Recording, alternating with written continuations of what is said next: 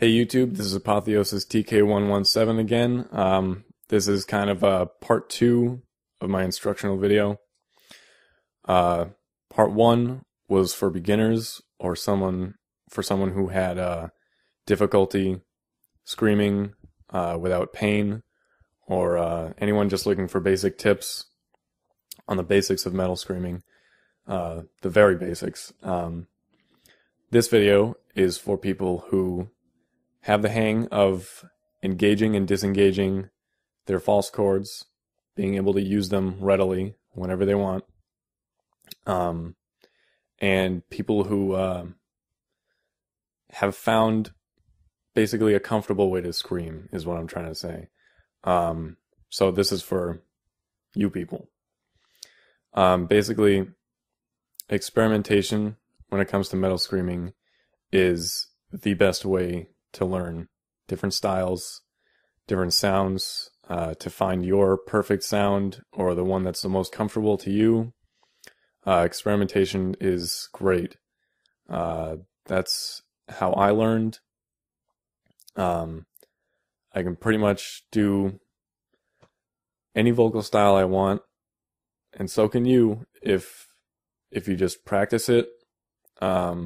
Experiment with shapes of your mouth, and where you place your larynx is actually pretty important.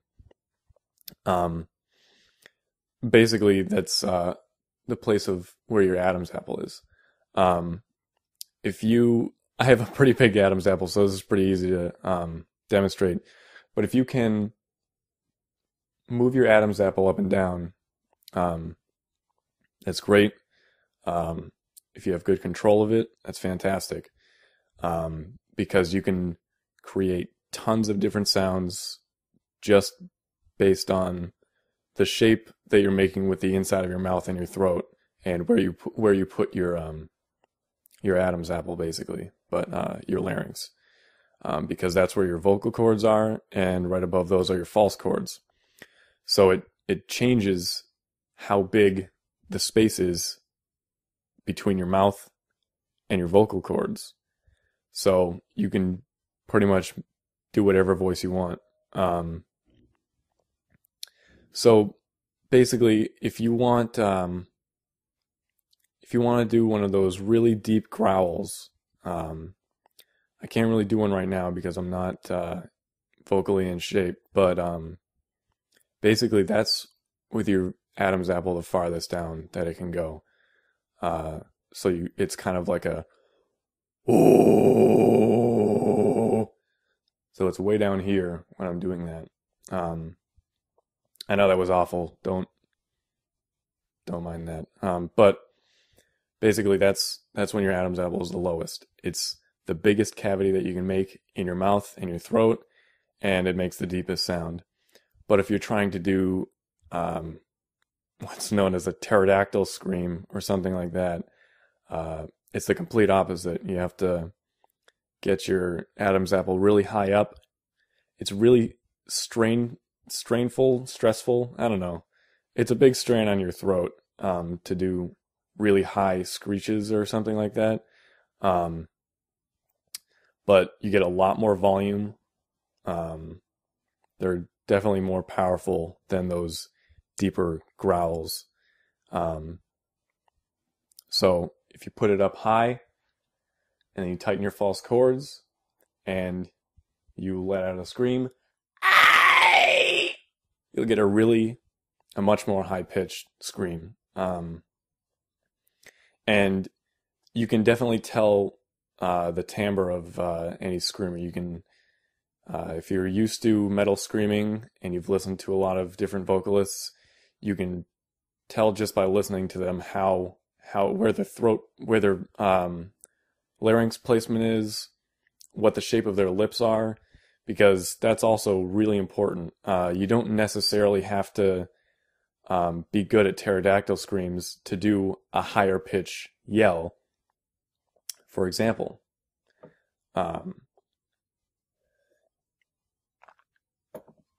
if you keep your vocal scream pretty low and your larynx pretty low, so you have a generally deeper timbre to your voice, you can still make it kind of high pitched in relation to the other vocals that you're doing.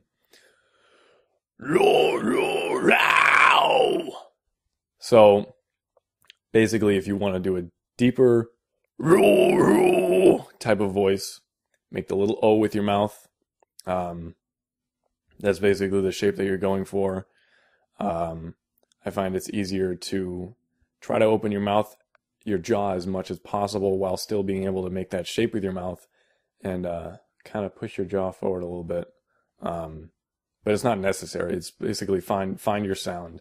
And then while keeping your larynx in the same place, if you just open your mouth and kind of just basically open your mouth as wide as you can, and you'll get a higher pitched or a higher timbre to your scream, even though you still have that deep throat.